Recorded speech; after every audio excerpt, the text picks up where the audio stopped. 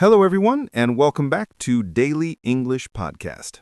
I'm your host, Connor, and I'm joined by my fantastic co-host, Linda. How are you today, Linda? I'm great, Connor, thanks. I'm really excited about today's topic because it's something so practical for English learners. We're going to talk about describing places. Yes, this is such an important skill. Whether you're traveling, talking about your hometown, or just chatting with friends, you'll need to describe places all the time. Linda, why do you think this topic is so useful?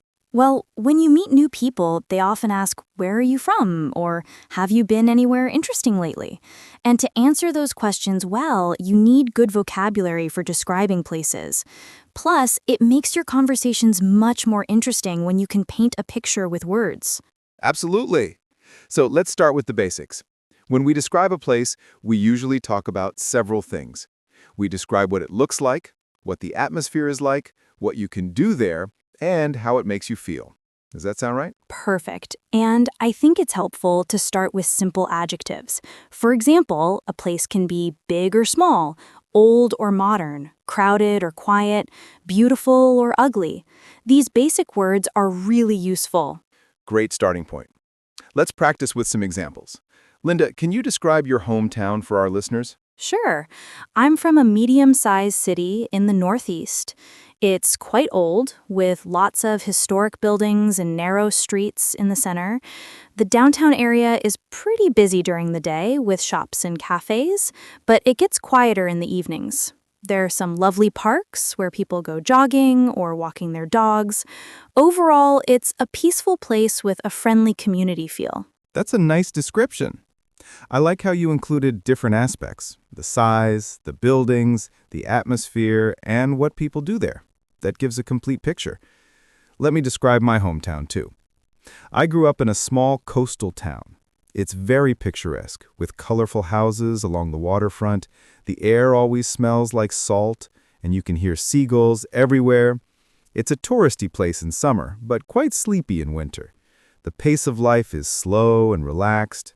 I love that. You really made me feel like I was there. You used sensory details like smell and sound, which really brings a description to life. That's an advanced technique for our listeners to try. Good point. Using your senses makes descriptions more vivid. Now, let's talk about different types of places. We have cities, towns, villages, and countryside. Each has different characteristics. Linda, how would you describe a typical big city? A big city is usually bustling and energetic. There are tall buildings, lots of traffic, and crowds of people everywhere. Cities are diverse, with people from many backgrounds. They're convenient because everything is close by: shops, restaurants, entertainment. But they can also be noisy, polluted, and stressful. The cost of living is usually high, too. Excellent description. And what about a village or the countryside? That's quite different, right? Very different. Villages are small and quiet, with maybe just a few hundred residents. Everyone knows each other.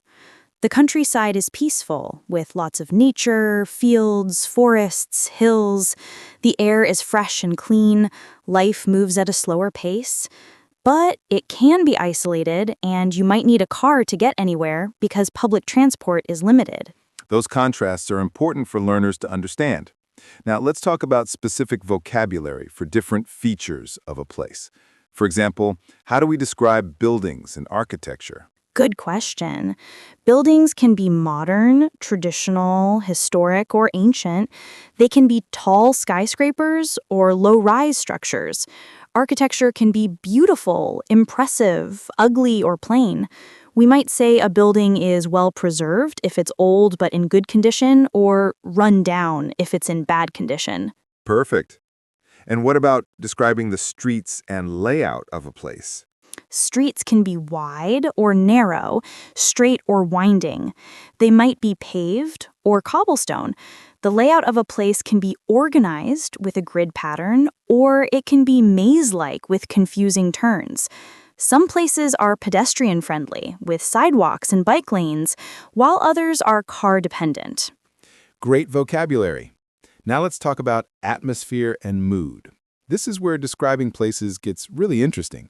How do we express the feeling of a place? The atmosphere is so important. A place can feel welcoming or intimidating, lively or dull, safe or dangerous, charming or boring.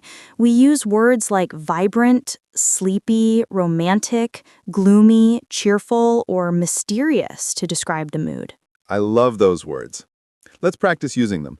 Linda, have you traveled anywhere recently that had a strong atmosphere? Yes, last year I visited Prague, and it had such a romantic fairy tale atmosphere.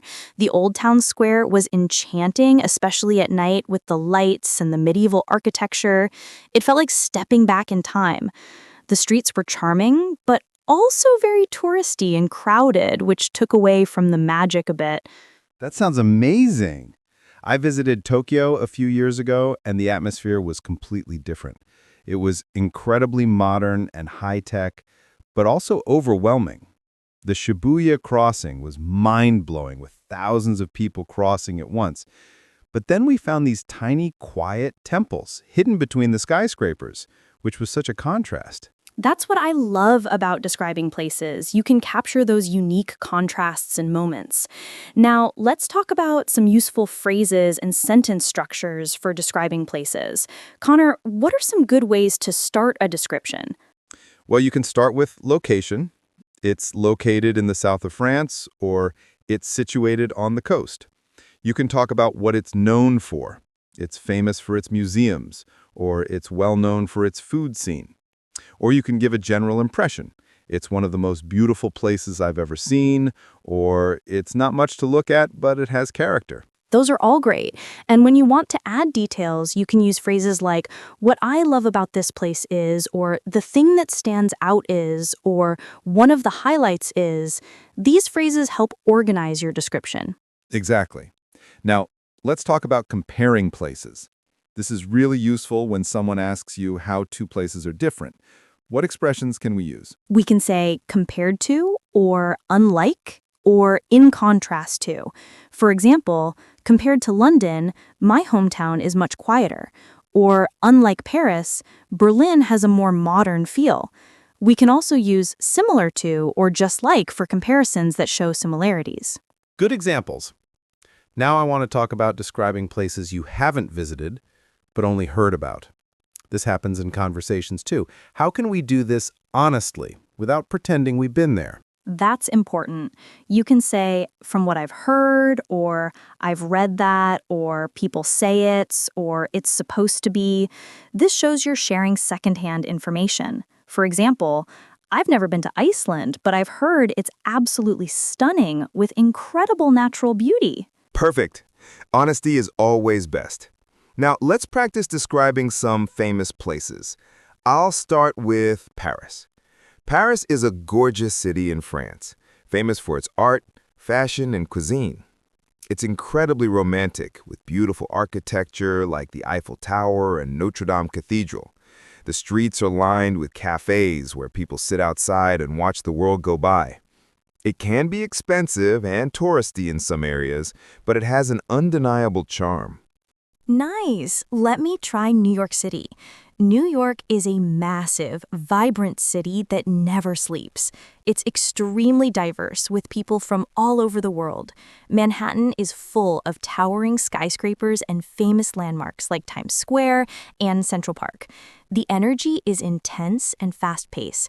There's always something happening, concerts, shows, exhibitions, but it can be overwhelming and exhausting if you're not used to big cities. Excellent description. You really captured the essence of New York. Now, let's talk about describing nature and outdoor places. This vocabulary is a bit different. Linda, what words do we use for natural landscapes? For natural places, we have words like breathtaking, stunning, spectacular, or pristine for beautiful nature. Mountains can be majestic or rugged. Beaches can be sandy or rocky, pristine or crowded. Forests can be dense or sparse, peaceful or wild. Lakes can be crystal clear or murky. Great vocabulary. And what about describing the activities you can do in these places? Well, you might say a place is great for hiking, perfect for swimming, ideal for photography, or popular for camping. You can describe it as adventurous, relaxing, challenging, or peaceful, depending on what you can do there. Perfect. Now, I think we should talk about negative aspects too. Sometimes places have problems, and it's okay to mention them. What are some diplomatic ways to describe less pleasant features? Good point. You can say things like, it's a bit run down, instead of, it's ugly. Or, it gets quite touristy, instead of, it's terrible because of tourists. You might say, it's not the safest area, rather than, it's dangerous. Or, the weather can be challenging, instead of, the weather is awful. Being honest but polite is the key. I like that approach. It's honest without being offensive. Now, what about describing indoor places like restaurants, museums, or buildings? For indoor spaces, we talk about things like the decor, the lighting, the space itself. A restaurant might be cozy and intimate, or spacious and modern. A museum could be impressive and well organized, or crowded and confusing.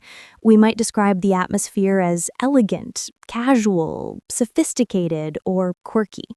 Those are helpful distinctions. And what about describing the people and culture of a place? That's part of what makes a place special, right? Absolutely.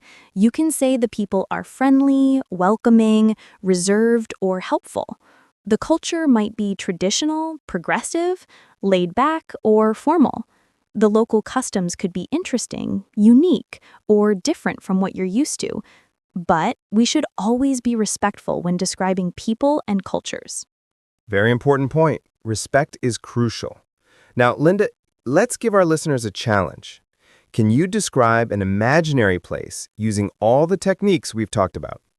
Okay, let me try. I'm imagining a small mountain town called Riverside.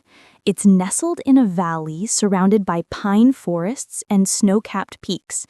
The town center has charming wooden buildings with flower boxes on every window.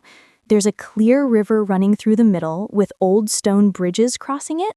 The atmosphere is peaceful and welcoming. Locals are friendly and always ready to help visitors. It's famous for its hiking trails and has several cozy cafes where you can warm up after a day outdoors. In winter, it's a popular ski destination. The only downside is that it can get quite crowded during holiday seasons. That was fantastic. You created a complete picture using location, physical features, atmosphere, activities, and even a small negative point. That's exactly what a good description should do. Thanks. It's really about combining all these elements to give a full picture. Now, Connor, what advice would you give our listeners for improving their ability to describe places? Great question. First, build your vocabulary by learning new adjectives and phrases regularly. Second, practice by describing places you know well, your home, your neighborhood, your favorite park. And third, when you visit new places, take mental notes or even write down observations.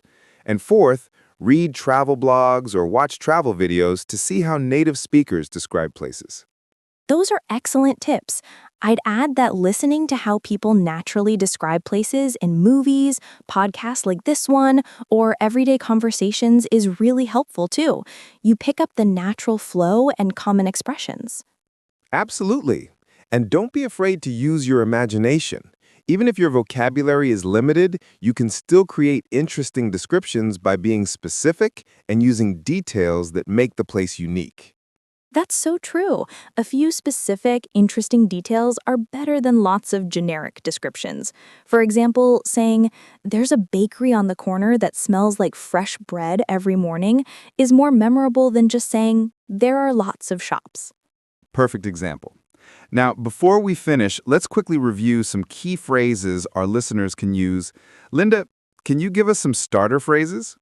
Sure. For location, it's located in, it's situated near. For general description, it's a bustling city, it's a quiet town. For atmosphere, it has a relaxed feel. The atmosphere is vibrant. For recommendations, it's worth visiting. I highly recommend.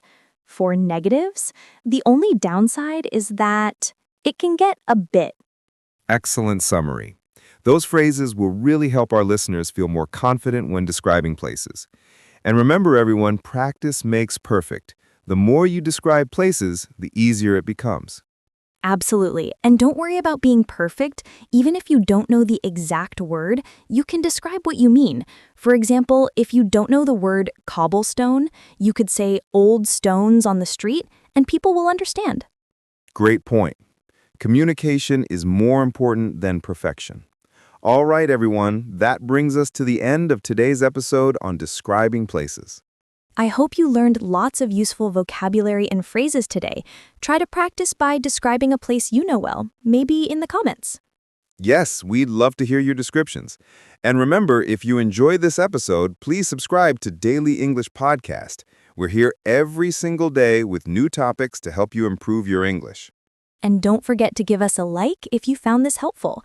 It really helps other English learners discover our podcast. If you have any topic suggestions or questions about English learning, leave them in the comments. We read them all and we love hearing from you. Thanks so much for listening today, everyone. Keep practicing and remember that describing places is a skill that gets better with practice. We'll see you tomorrow with another interesting topic. Until then, take care and keep learning. Bye, everyone. Bye-bye.